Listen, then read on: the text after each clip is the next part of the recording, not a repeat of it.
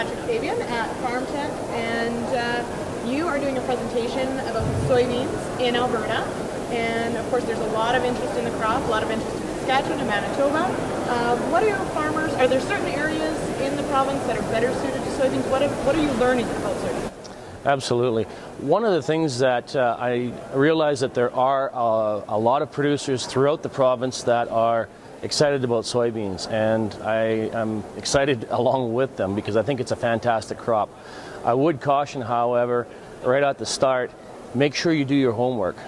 This is a crop that is not going to fit every particular part of the province, and it's not going to suit every operation. So make sure that you do your homework, look into it, ask lots of questions. The areas that we're seeing extreme adaptability to are the irrigation areas of southern Alberta. They are showing promising results. We're seeing first-time producers with yields of 55 to 60 plus bushels per acre. They're first-time growing soybeans.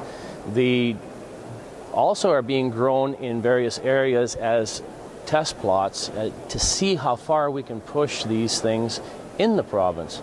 And we have them growing currently the past couple of years in Rivercourse, St. Albert, Fort Saskatchewan, Killam, and Vermilion. So we've got different areas that we're trying, but we still are a little hesitant to recommend growing them just carte blanche throughout the province, because at the end of the day, you need to make a return on your investment, and if they're not going to perform, there's no point in growing them.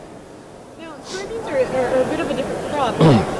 Daylight, day length, as well as nighttime temperatures can play a real role in whether or not they finish. So maybe explain that a little bit so that we can start to kind of wrap our heads around why they work in some areas and why they don't. Sure. There's a couple of components that are critical for soybean selection, especially in Alberta. One of them is obviously our relative maturity as far as corn heat units or CHUs that are required. But that's only one component. The other thing that's critical is a component that we call the daylight sensitivity or photosensitivity. And what it is, in essence, when the crop realizes and recognizes that the daylight is getting shorter, or more correctly, that the nighttime is getting longer, then they speed up their maturity accordingly, so that a 2400 heat unit soybean can sometimes be successfully grown in a 1950 soybean heat unit area. So there is that adaptability, but you have to make sure the selection of the variety is correct for the area. That's crucial. Okay, and certainly there have been a lot of questions. What work do you have going on this summer? Any trials specifically around soybeans that you can tell us about? Absolutely. We have just invested in a drill that we're converting over for plot purposes, and we're going to be doing various plot work to see the different, if we can adjust seeding dates back a little bit, doing some other work as far as inoculants and soil amendments that might facilitate a crop being in the ground earlier, or if we can do something to enhance the yield.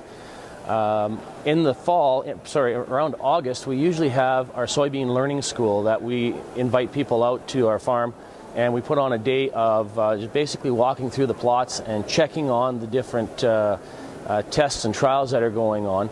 But if you wanted to keep an eye on that, the best thing is to watch our webpage or like us on Facebook, and anytime we've got an update, we can send it out on that and you'll receive it as far as dates and progress in that area. Okay, great. Well, lots of questions, and it's going to be an interesting growing season, and we'll see what we learn this year. So thanks so much, Patrick. Thanks for having me.